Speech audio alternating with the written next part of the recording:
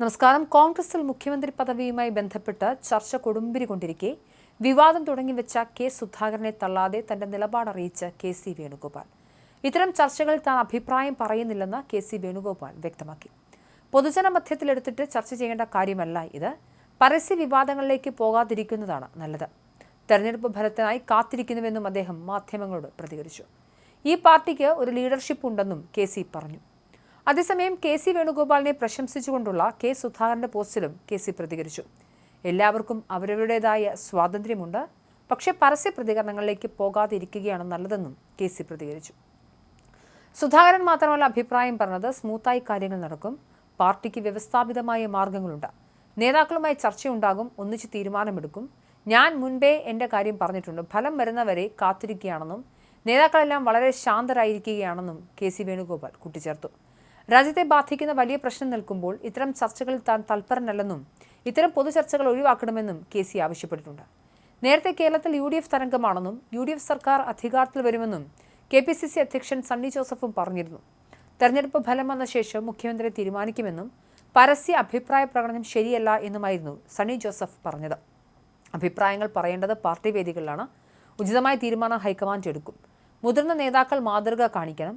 ചേരി തിരിഞ്ഞുള്ള പോര് നിർത്തണമെന്നും പറഞ്ഞ സണ്ണി ജോസഫ് ഇതല്ല സമയമെന്നും അഭിപ്രായം പറയേണ്ട സമയം ഇതല്ല എന്നും ആവർത്തിച്ച് വ്യക്തമാക്കുന്നുണ്ട്. കെ.സിയെ പിന്തുണച്ചുള്ള നീക്കത്തിൽ ഇപ്പോൾ അഭിപ്രായം പറയുന്നില്ലെന്നും സണ്ണി ജോസഫ് വ്യക്തമാക്കിയിട്ടുണ്ട്.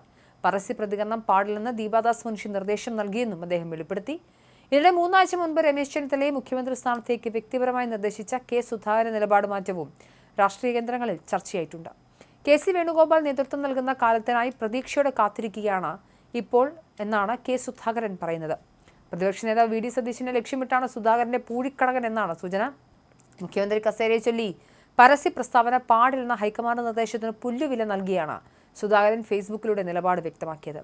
ആരെ മുഖ്യമന്ത്രിയാക്കിയാലും സതീശന് നൽകരുതെന്ന വ്യക്തമായ സൂചനകളാണ് നിയമസഭാ തെരഞ്ഞെടുപ്പിന് മുൻപും ശേഷവുമായി നടത്തിയ അദ്ദേഹത്തിന്റെ പ്രസ്താവനകളിലൂടെ വ്യക്തമാകുന്നത്. കണ്ണൂരിൽ മത്സരിച്ച് സംസ്ഥാന രാഷ്ട്രീയത്തിലേക്ക് കടന്നുവരാനുള്ള സുധാകരന്റെ മോഹത്തിന് തടയിട്ടത് സതീശനാണെന്ന് സുധാകരൻ ഉറച്ചു വിശ്വസിക്കുന്നുണ്ട്. സിറ്റിംഗ് എംപിമാർ മത്സരിക്കേണ്ട എന്ന ഹൈക്കമാൻഡ് തീരുമാനത്തിന് പിന്നിൽ സതീശന്റെ കടുംപിടുത്തമാണെന്നാണ് സുധാകരൻ അനുകൂലികൾ പറയുന്നത്. സുധാകരനെ വെട്ടുക മാത്രമാണ് ഈ തീരുമാനത്തിന് പിന്നിലെന്നും അവർ പറയുന്നു. കൂടാതെ കണ്ണൂരിൽ ടി.ഒ. മോഹനനെ സ്ഥാനാർത്ഥിയാക്കിയതിലും സുധാകരന്റെ അഭിപ്രായം പരിഗണിക്കാതെയാണ്. KPCC പ്രസിഡന്റായിരുന്ന ഘട്ടത്തിലും സതീശനുമായി അത്ര സുഖത്തിലായിരുന്നില്ല കെ സുധാകരൻ. പരസ്യമായ തർക്കത്തിലേക്ക് എത്തുകയും ചെയ്തിരുന്നു. നിയമസഭാ തെരഞ്ഞെടുപ്പിൽ 100 സീറ്റിൽ കൂടുതൽ നേടുമെന്നും UDF അധികാരത്തിലെത്തിയില്ലെങ്കിൽ രാഷ്ട്രീയ വനവാസത്തിന് പോകുമെന്നുമുള്ള വി.ഡി. സതീശൻ പറഞ്ഞതിനോട് പരിഹാസ ചുവയോടെയാണ് സുധാകരൻ പ്രതികരിച്ചത്.